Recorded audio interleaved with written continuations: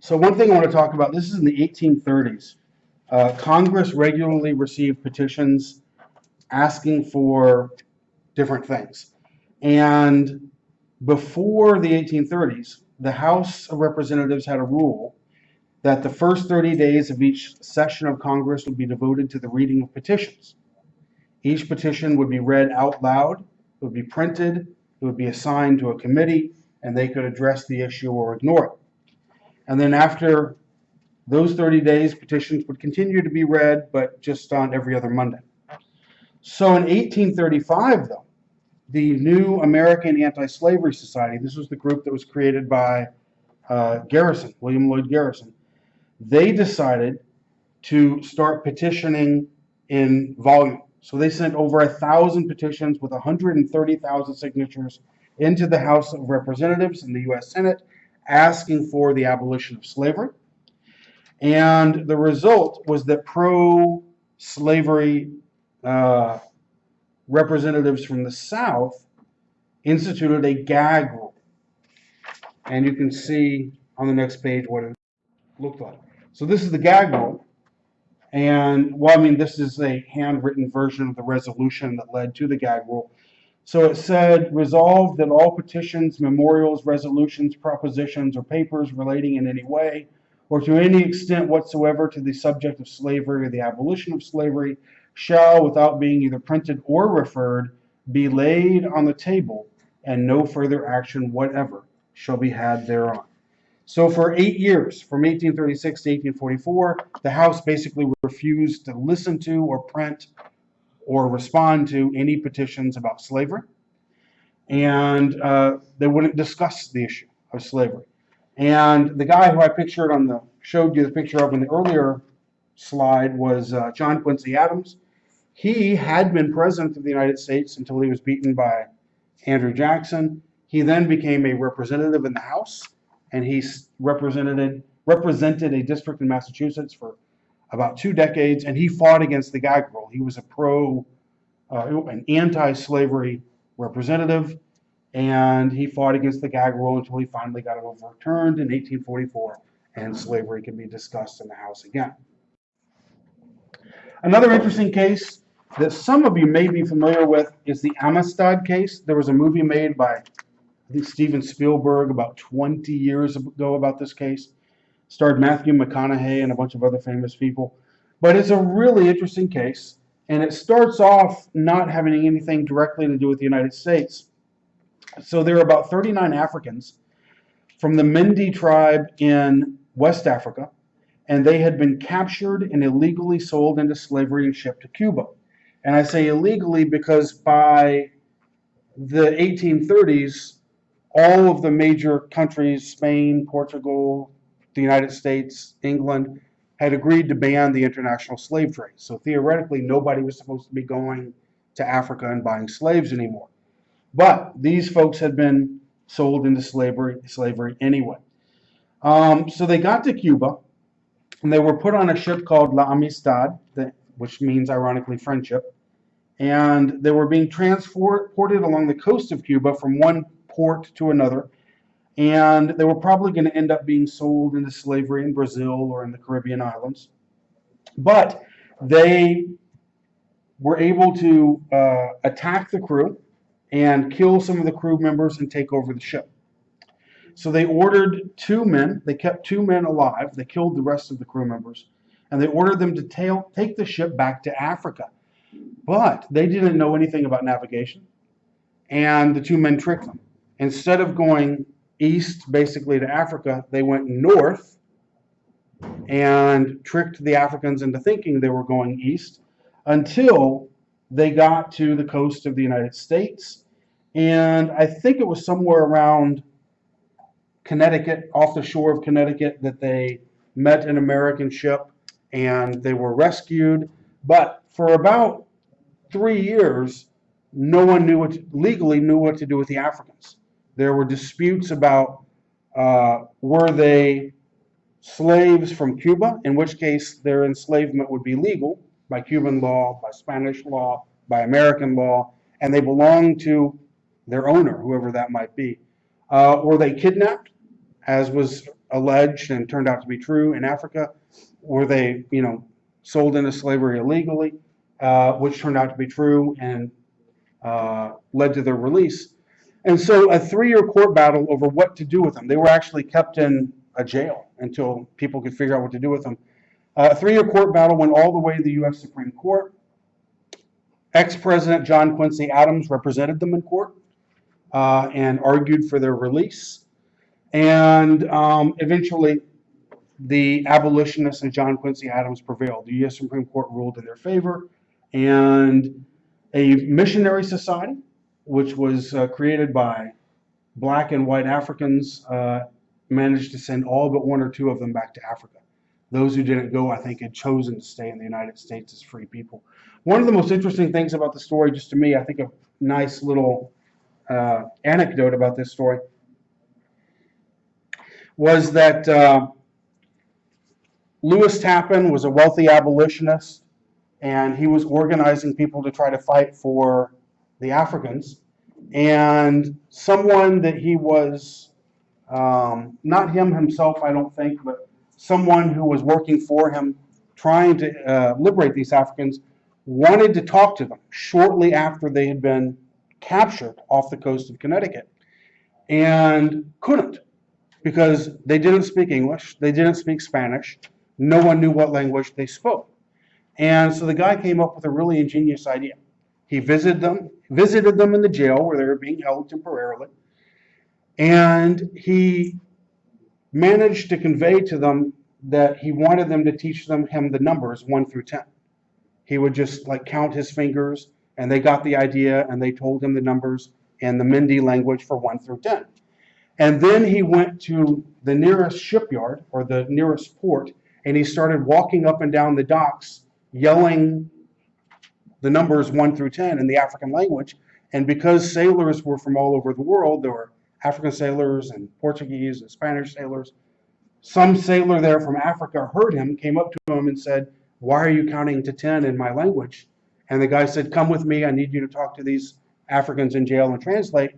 And that's how they got the whole story that they were originally from Africa and had been kidnapped and all that sort of thing. So anyway,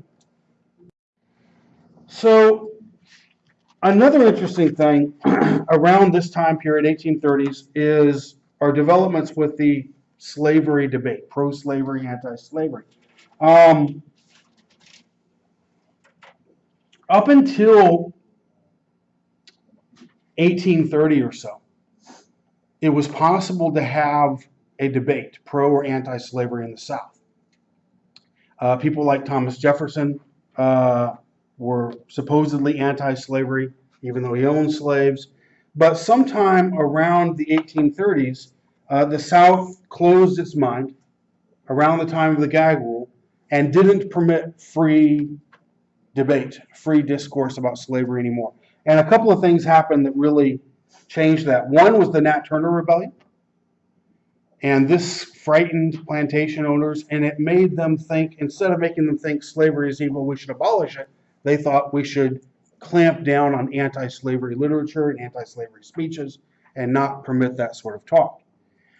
William Lloyd Garrison published The Liberator in 1831, and pro-slavery people in the South, slave owners, were determined to not let slaves get their hands on anti-slavery literature.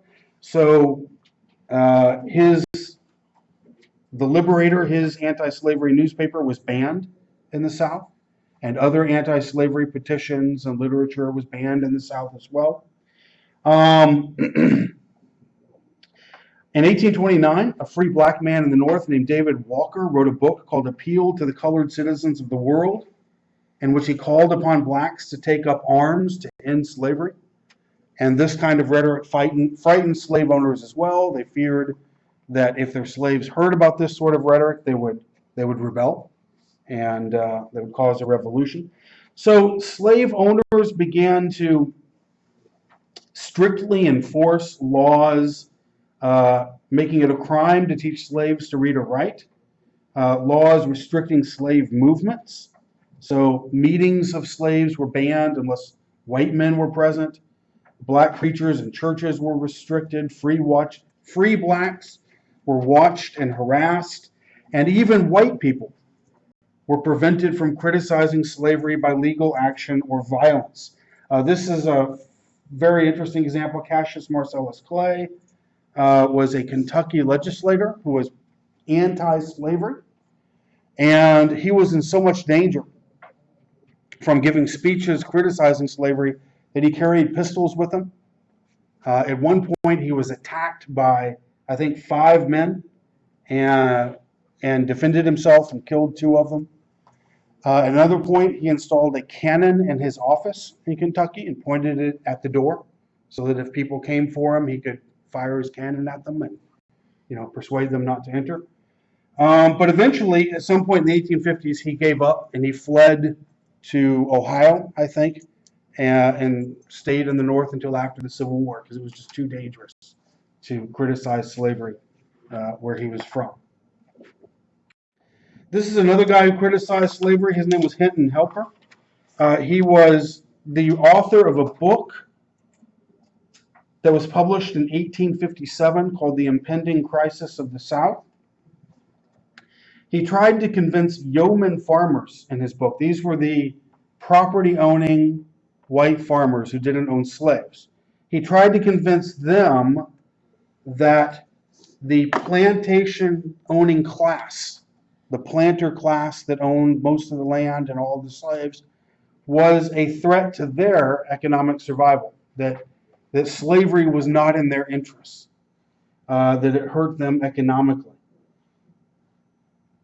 And this scared the planter class more than anything. The thought of free white farmers and slaves deciding to unite against slavery would have meant the end of the whole institution. So his book was banned. People who were found with copies of it could be beaten up. At least 2 of them were lynched for having his book found in their possession. And the planters tried to keep, this kind of talk from spreading. The slave owners also responded to the abolitionists like William Lloyd Garrison and Frederick Douglass and others with their own pro-slavery arguments. So in a Senate speech in 1837, Senator John C. Calhoun, who represented South Carolina, declared that slavery was, instead of an evil, a good, a positive good. Calhoun argued that in every civilization, one portion of the society must live off of the labor of another. He said that science and the arts depended upon leisure, and therefore slavery was necessary if you wanted to have science and arts in your society. He said the African slave was treated better than the free laborers of the North and of Europe. And he said under slavery, conflicts were avoided between labor and capital. So you had an anti-capitalism argument, right? Slavery is better than free market capitalism. And you had an argument sort of necessity, that you have to have slavery if you want to have a prosperous society. Notice he says slavery is a positive good. Before this era, back in the Jeffersonian, Madisonian time, it was more fashionable to call slavery a necessary evil, to admit that it was wrong, but to suggest that nothing could be done about it for some reason. This is George Fitzhugh. He argued that slavery was justified because black people were inferior. He said the Negro is but a grown-up child and must be governed as a child. The Negro slaves of the South are the happiest and in some sense the freest people in the world. Without slavery, black people would be an insufferable burden to society.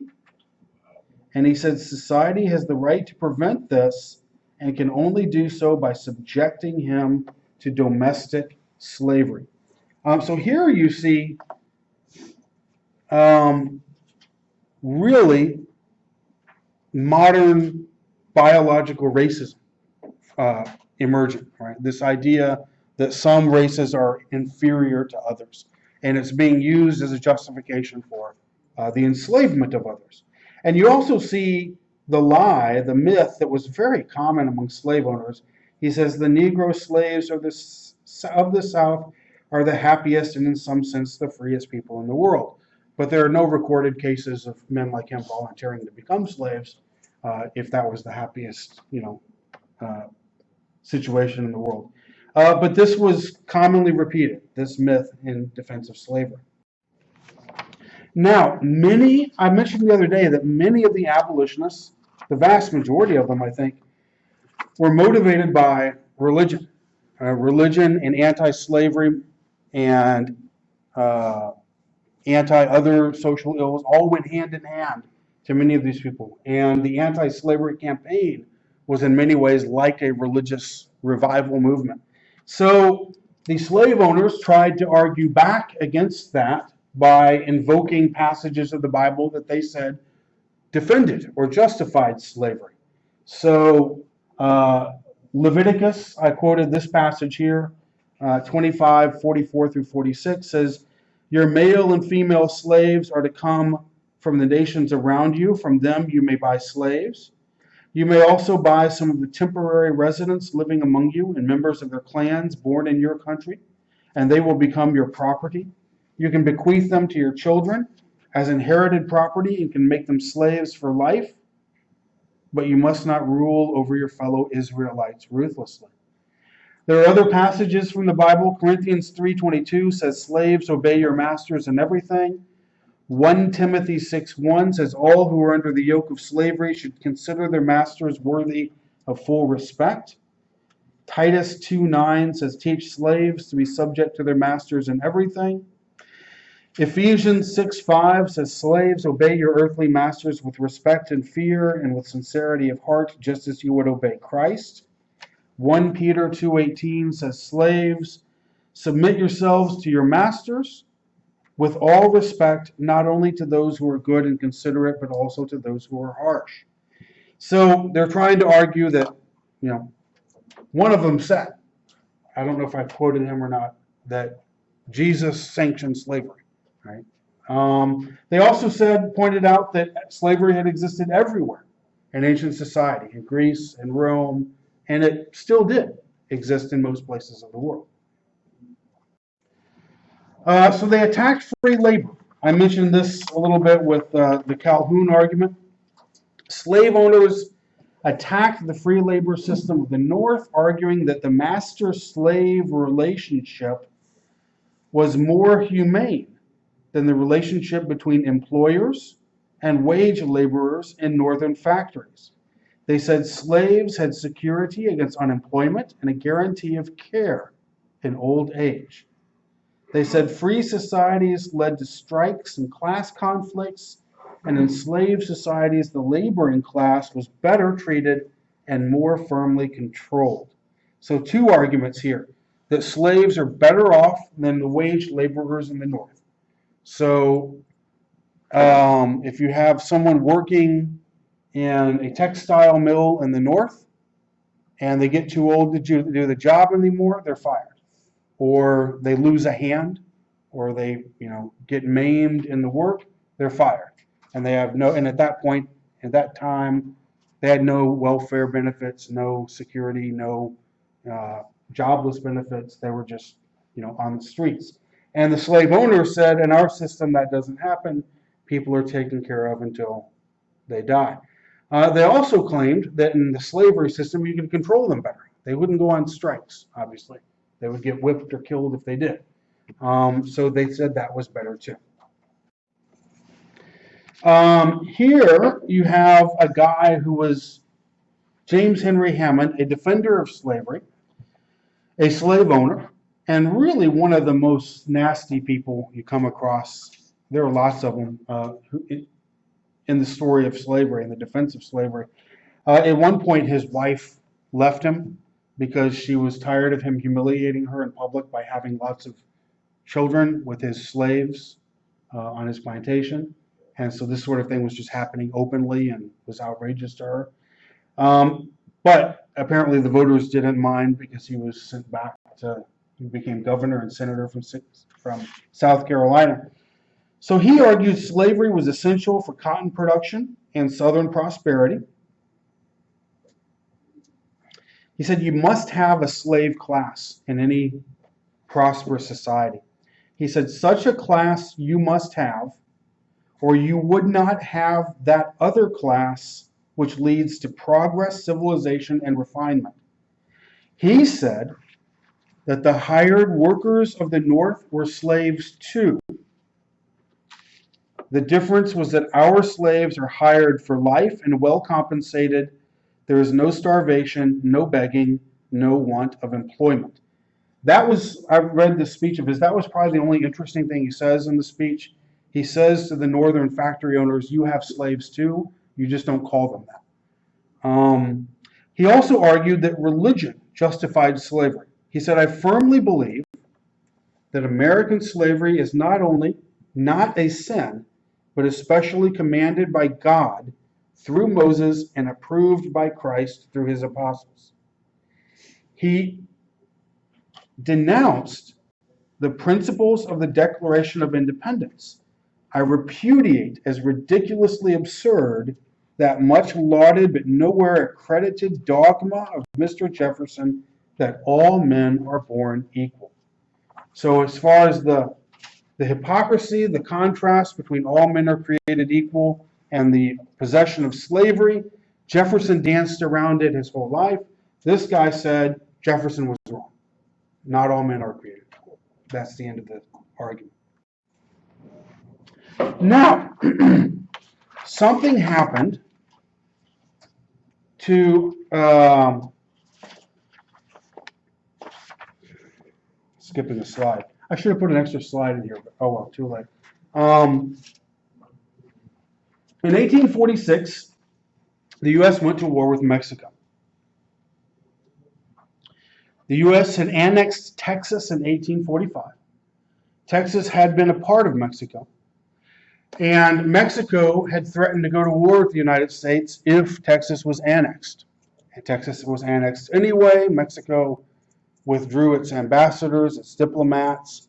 And for about a year, things were very, very touchy between the United States and Mexico. What led to a war was that the United States disagreed with Mexico not only about whether or not Texas was now a part of the United States, but about what the border of Texas was. You all know today the border of Texas is the Rio Grande.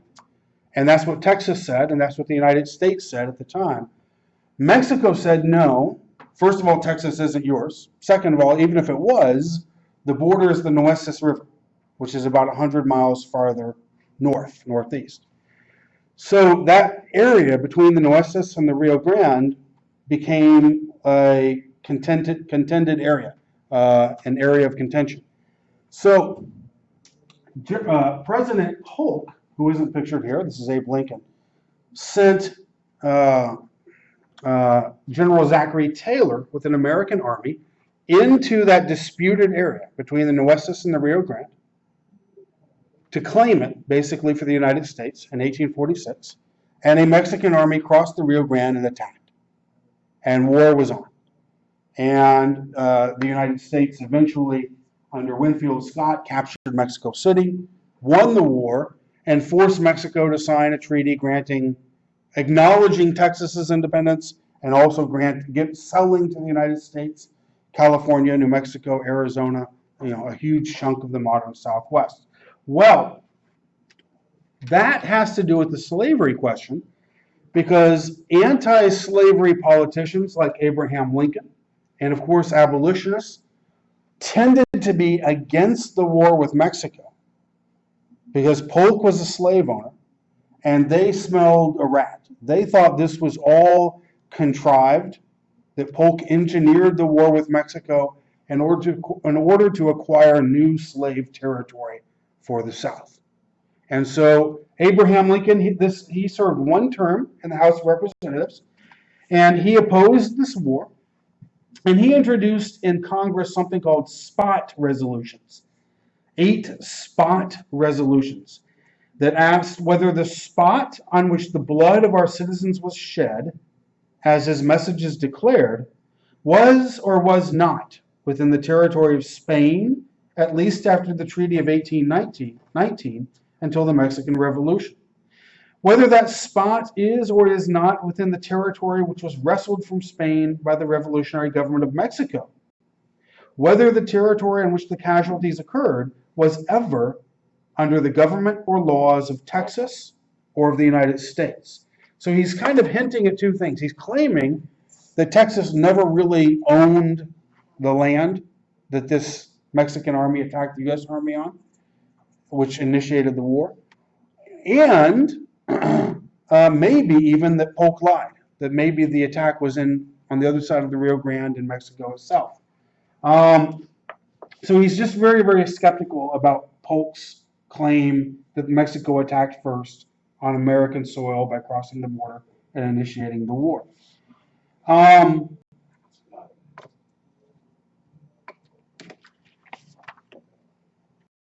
Anyway, the war ended, but before the war ended, something interesting happened, something controversial happened.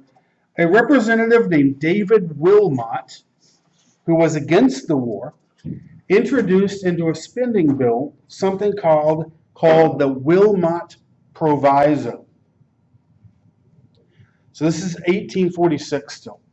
So the Wilmot Proviso said that slavery, it said two things, so it might surprise you. It said slavery would be banned in any new territories acquired from Mexico.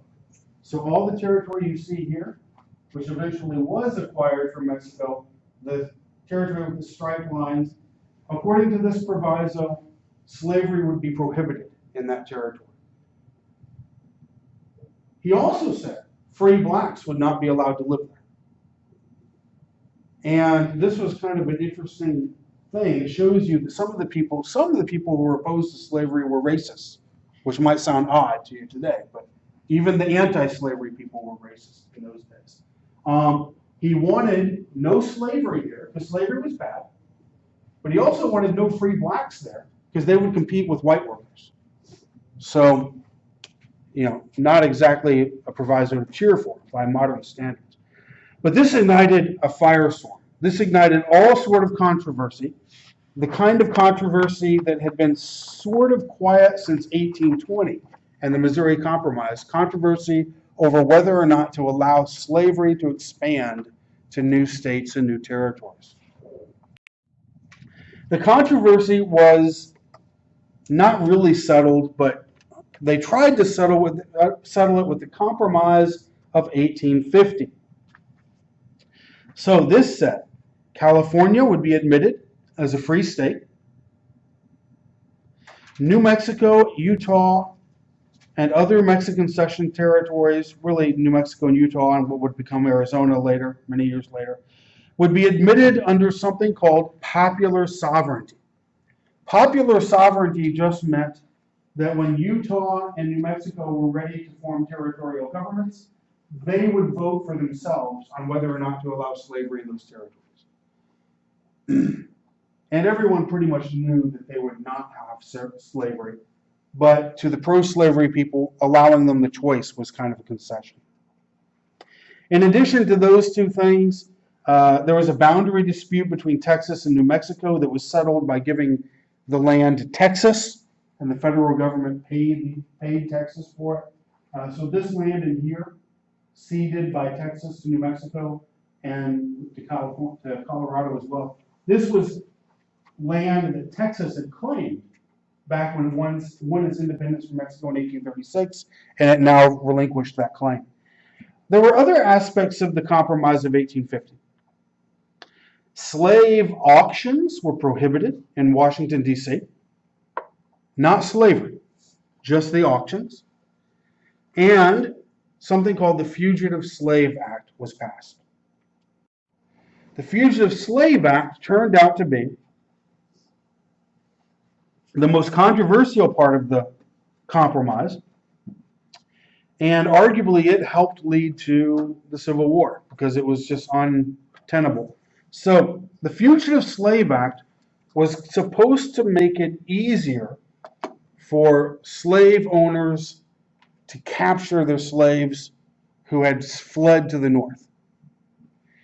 So it did things like deny fugitives a jury trial. and this was very controversial. The right to a jury trial was considered one of the most basic rights of people, going back hundreds of years to before the United States even existed. It also said that fugitives could not testify on their own behalf. Northerners could be forced to help apprehend fugitives. So a marshal, a federal marshal, could sort of deputize northern citizens and make them help round up fugitives. And that offended them incredibly. It was offensive enough that slaves were being hunted down and captured and taken back south, but the idea that they could be forced by law to participate was upsetting to them. And so this outraged many Northerners, many who had not been abolitionists before, but who were opposed to slavery, and now were, increasingly angry about it. Harriet Beecher Stowe was an abolitionist who was outraged by the fugitive slave law.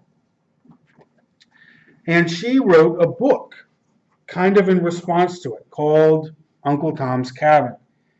And this became one of the best-selling books of all time. I think I remember reading that in the 1800s only the Bible sold more copies than this book. She was inspired by the life of a real person named Josiah Henson, who had successfully fled from slavery and published a narrative about his life, an account of his experiences. And the book is about Uncle Tom, a slave, who is a devout Christian who refuses to whip another slave, refuses to stop reading his Bible, and refuses to stop talking about his Christian religion. And because of his refusal to cooperate, he is killed by a cruel owner named Simon Legree when Tom refuses to reveal the whereabouts of runaway slaves. Interestingly, in American speech, an Uncle Tom has come to mean a sellout, but the real Uncle Tom in the story is the opposite. He's a martyr who is killed for refusing to sell out, refusing to reveal the whereabouts of escaped slaves. Like I said, the book was a bestseller. And even people who couldn't read the book or didn't have a chance to read the book saw stage productions of it. It was turned into a play, and the play was a huge hit, and something like 3 million people saw it in the 1850s. And she had such an influence on turning people against slavery, on exposing the cruelties of slavery in her book, that when Abraham Lincoln met her in the early 1860s, he greeted her by saying, "So you are the little woman who wrote the book that started this great war." Another example of how unpopular the fugitive slave law was. In 1858, John Price, who was an escaped slave, a fugitive, was arrested in Oberlin, Ohio, and taken to the nearby town of Wellington, Ohio, where he was going to await transport back to slavery in the South. About 40 men, about 28 white, about 12 free blacks, followed the U.S. Marshal to Wellington, rescued Price by force, took him back to Oberlin, and from there he was able to escape to Canada.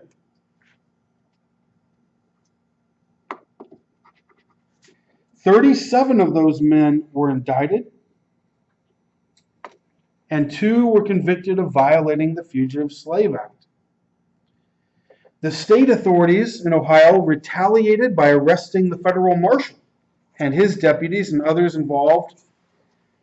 And the 2 of the Ohio men who were convicted of violating the Fugitive Slave Act argued on their appeal that the Fugitive Slave Act was unconstitutional.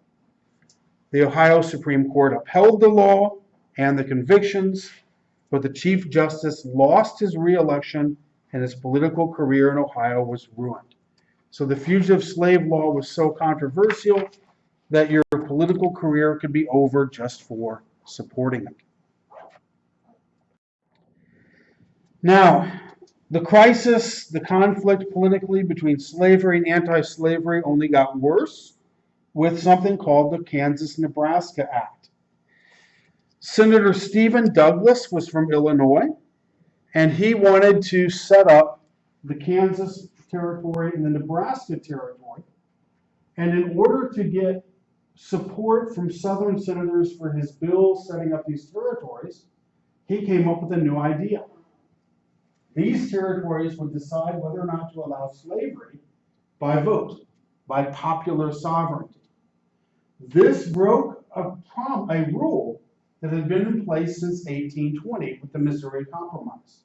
The Missouri Compromise had said everything north, all these territories, not the Utah or New Mexico territory, because they came later after the Mexican War, but the Kansas Territory and the Nebraska Territory were supposed to be free territories according to the Missouri Compromise of 1820.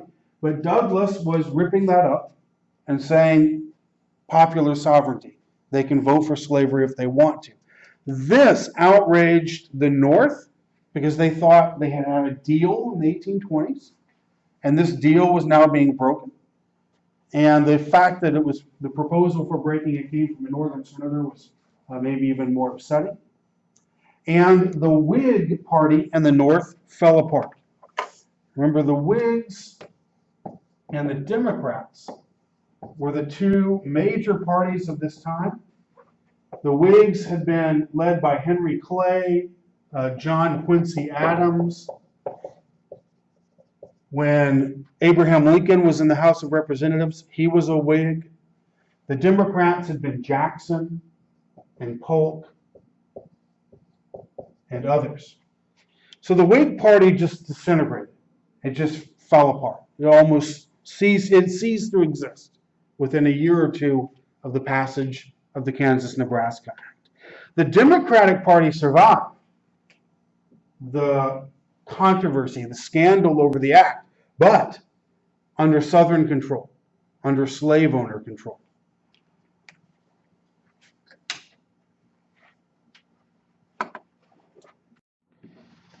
The Republican Party formed in the aftermath of the Kansas-Nebraska Act. It was formed by people who were anti-Kansas-Nebraska. So Abraham Lincoln became one of the new Republicans.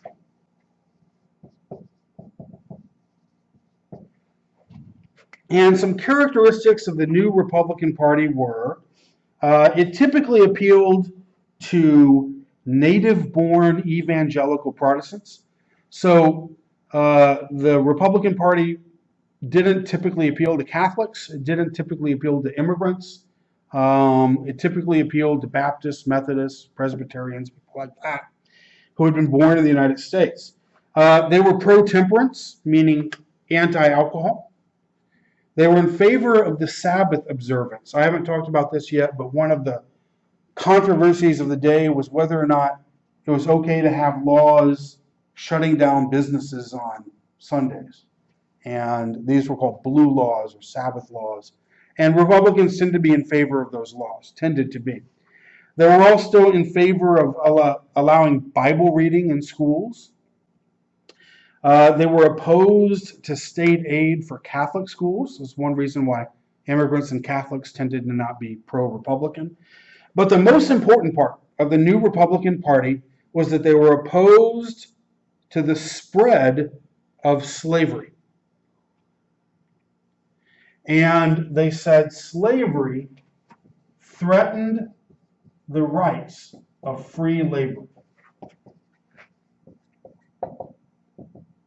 So the Republicans were convinced that the labor of free northern white people was threatened economically by the slave-owning class in the South, that they were opposed to each other, right?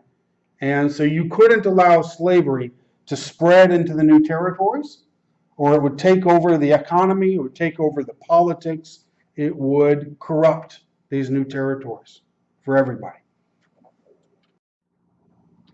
Abraham Lincoln returned to politics after about an 8-year hiatus in 1854, attacking the Kansas-Nebraska Act. He was so outraged by it, he had gone into practicing law.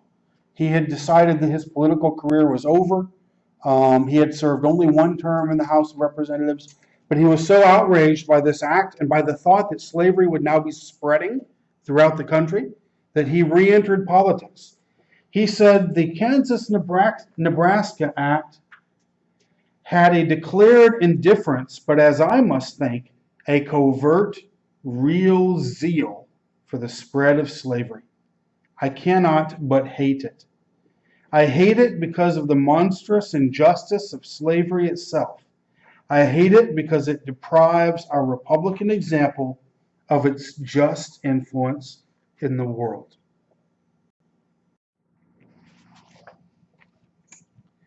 In 1857, arguably the worst Supreme Court decision of all time was decided, Dred Scott versus Sandford. Dred Scott, who's pictured here, was a slave who sued for his freedom.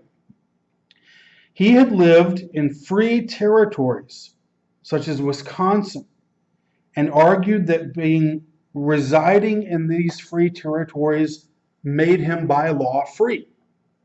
This was an argument that had been successfully made in Missouri courts and Louisiana courts before, but in this case, the courts ruled against him. Chief Justice Roger B. Taney and a court majority ruled against Scott. They said no African American, slave or free, could be a U.S. citizen, and this had to do with his standing to sue in the court. They said residents in Wisconsin Territory established no right to freedom because Congress had no power to prohibit slavery there. And the Missouri Compromise was therefore unconstitutional. Now, let me explain this first. So, Wisconsin was one of those northwestern territories that had always been free. Going back to the Northwest Ordinance of 1787, it had banned slavery. And Scott had said, well, my owner took me to Wisconsin and I lived there for several years. So by the laws of Wisconsin, I was set free when I stepped into that state. It was an interesting argument, probably a very good argument. Right? But the court, Taney, said, no, you're still a slave. And one of the reasons was Congress had no authority to ban slavery in Wisconsin. So that was unconstitutional. This was incredibly offensive to Republicans, to anti-slavery people in general, because he was ripping up a compromise banning slavery that had been in place for over 60 years, almost 70 years.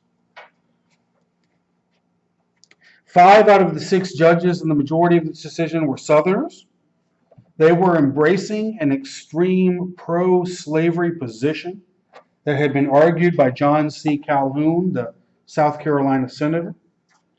This decision caused support for the Republican Party to grow in the North, and the Republicans claimed that an aggressive slave power now dominated all the branches of the federal government and intended to spread slavery throughout the Union. Abraham Lincoln denounced the decision. He said it was the product of a conspiracy of Democrats to support the slave power. He argued the decision was at variance with the Declaration of Independence. And he said that while the Founding Fathers did not believe all men were equal in every respect, they believed all men were equal in certain inalienable rights, among which are life, liberty, and the pursuit of happiness. Kansas was organized in 1854.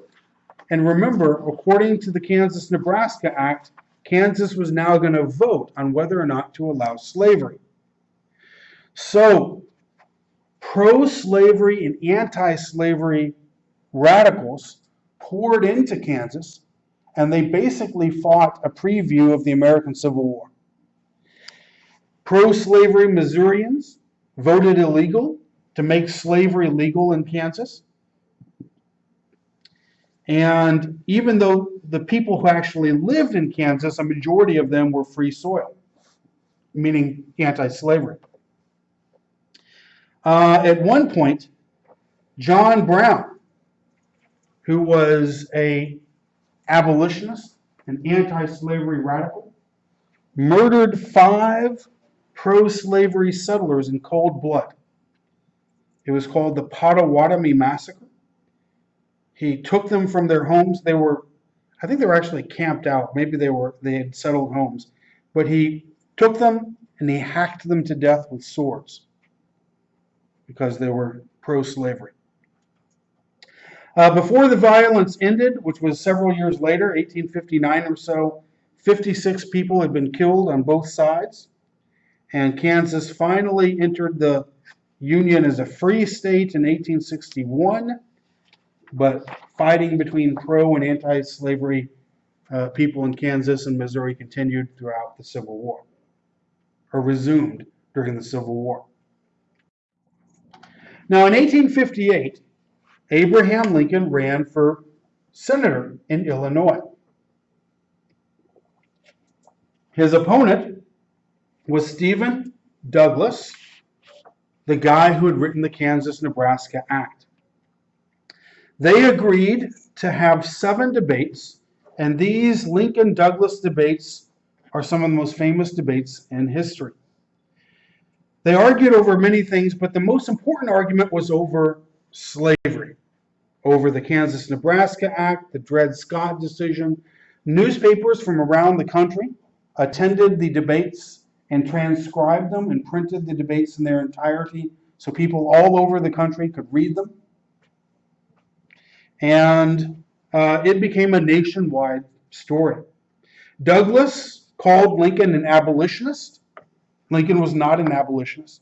He was anti-slavery, but he was not an abolitionist, which means he thought slavery was evil and should not be allowed to spread to new territories. But he did not think that the federal government could abolish it where it already existed. Douglas defended popular sovereignty. Lincoln argued that there was a plot to spread and nationalize slavery, and he opposed the spread of slavery. Democrats and Douglas won the election in Illinois, so Douglas remained the U.S. Senator from Illinois. But Lincoln did such a brilliant job of criticizing slavery and criticizing the spread of slavery and the Dred Scott decision and the Kansas-Nebraska Act that he became a hero to Republicans and even abolitionists. Frederick Douglass followed these debates carefully, and after the debates he wrote to friends of his and said, Lincoln is our guy. We have to support him in politics. In 1859, John Brown, the same guy who had hacked to death 5 people in Kansas, led a raid on Harper's Ferry, Virginia.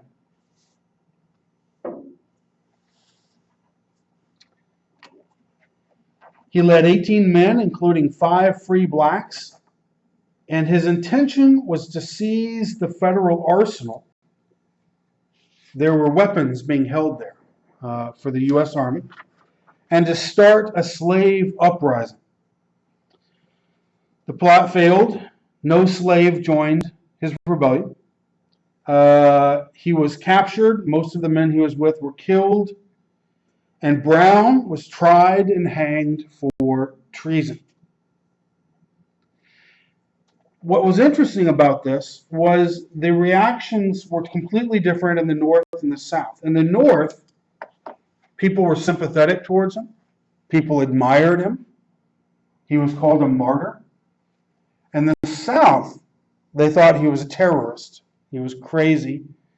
And they became convinced, the slave-owning South became convinced that John Brown was supported by people like Abraham Lincoln, that the Republican Party supported John Brown, which isn't really true.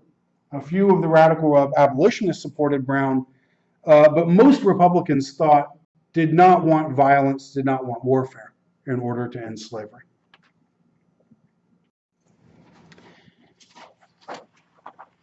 Abraham Lincoln gave one of his most famous speeches in 1860 called the Cooper Union Speech. He had been invited to New York by Republicans there who were thinking of him as a potential candidate for president. He argued in this speech that the founding fathers of the United States had little use for popular sovereignty and had repeatedly sought to restrict slavery. He insisted that morality required opposition to slavery and rejected any groping for some middle ground between the right and the wrong. In other words, he said, maybe we can't do anything about it. Maybe we can't abolish it, but we can at least call it evil. We can acknowledge what it is. Abraham Lincoln became the Republican candidate for president, and there were three other candidates for president that year. Stephen Douglas, his senator from Illinois, represented the Northern Democrats, because the Democratic Party split into two in 1860. Half of them supported Douglas. The other half, the Southern Democrats, supported John C. Breckinridge. And then a new party was formed called the Constitutional Union Party, and they supported John Bell. And you can see that the Electoral College split four ways. The Southern Democrats all went for Breckinridge. And you can see what will be the Confederacy a year later in the Civil War. The Republicans all went for Lincoln. You can see the new states of California and Oregon. Missouri went for Douglas. And a little sliver, I think this is New Jersey, went for Douglas. Three states, Virginia, Kentucky, and Tennessee, went for the Constitutional Union. The Constitutional Union that Virginia voted for was a party that just said, let's preserve the Union. Don't secede.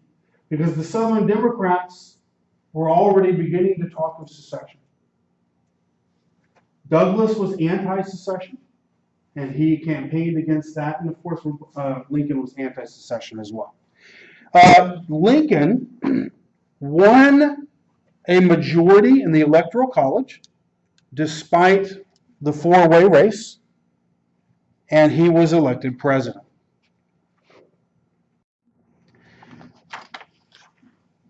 After Lincoln's victory, 7 states seceded before he could take office.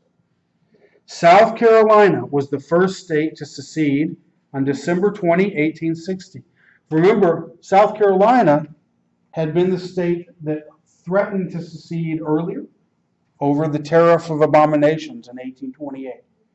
John C. Calhoun, who was the leading kind of pro-slavery senator for many years, was from South Carolina. So South Carolina really led the charge of being pro-slavery and being pro-secession during the run-up to the Civil War. By February the 1st, 1861, Alabama, Mississippi, Florida, Georgia, Louisiana, and Texas had seceded. But temporarily, calls for secession failed in Virginia, North Carolina, Tennessee, and Arkansas. So there were several states that didn't secede yet. Virginia would eventually secede once the war began, but they didn't do it now. On February 4th, 1861, the Confederate States of America was formed. A Confederate Constitution was written. Jefferson Davis was named its president, and Alexander Stephens its vice president. And so when Abraham Lincoln took office in March of 1861, the country was now split in two.